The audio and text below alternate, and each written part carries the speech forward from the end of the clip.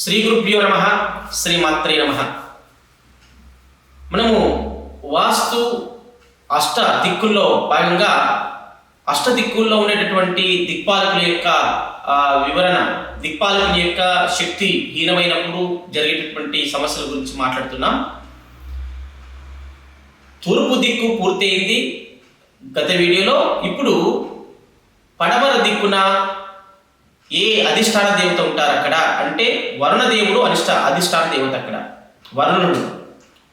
ఒకవేళ దాన్ని మనము గ్రహాల విషయానికి వచ్చేసరికి ఆ స్థానానికి శని అధిపతి. శని లోహానికి కారకుడు, లోహం అంటే ఇనుముకు కారకుడు శని భగవానుడు. కాబట్టి ఈ యొక్క శని లోహానికి సంబంధించిన వాడు కాదు. కాబట్టి ఈ ప్రదేశంలో ఏర్పడేటటువంటి దోషాల వల్ల ఇలాంటి సమస్యలు ఉత్పన్నమవుతాయి. అంటే వాహన ప్రమాదాలు వచ్చేటటువంటి అవకాశం ఉంది.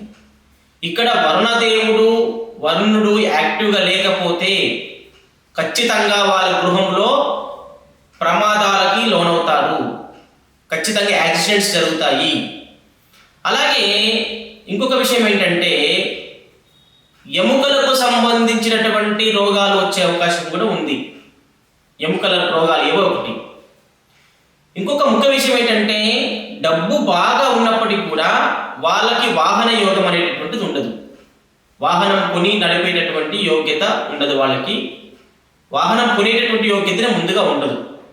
ఇలాంటి సమస్యల చేత అనేక మంది బాధపడుతూనే ఉన్నారు. కానీ ఆ బాధలు రావద్దంటే ఆ స్థానాన్ని మనము యాక్టివ్ చేసుకున్నట్లయితే మనకు ఆ యొక్క సత్ఫలితాలు ఏంటి వస్తాయి.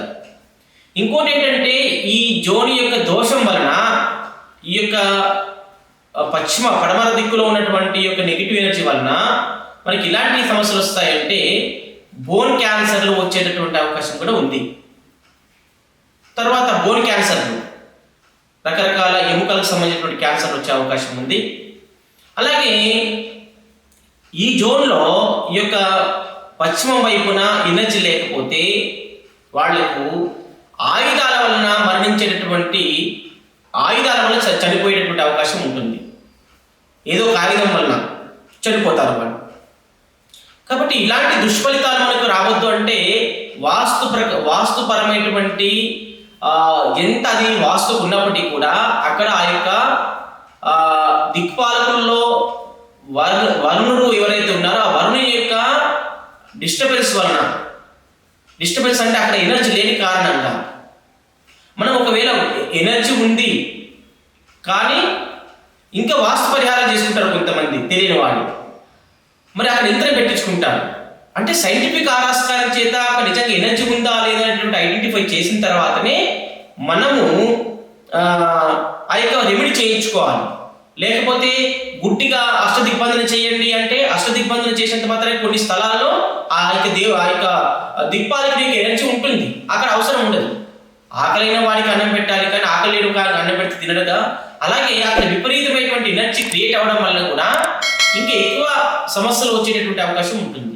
కాబట్టి ఎక్కడ ఎనర్జీ ఉంది, ఎక్కడ ఎనర్జీ లేదు, ఎక్కడ ఎంత అవసరం ఉంది, ఎక్కడ ఎంత అవసరం లేదు అనేటటువంటిది మనము ప్రాక్టికల్గా సైంటిఫిక్ ఆరాస్కారంతో చెక్ చేసి మనము అక్కడ ఉంచినట్లయితే ఆ ఎనర్జీ మనము పెంచడం తగ్గించడం వలన మనకి మంచి గుడ్ రిజల్ట్స్ అనేటటువంటి శుభ ఫలితాలు అనేది వస్తుంటాయి.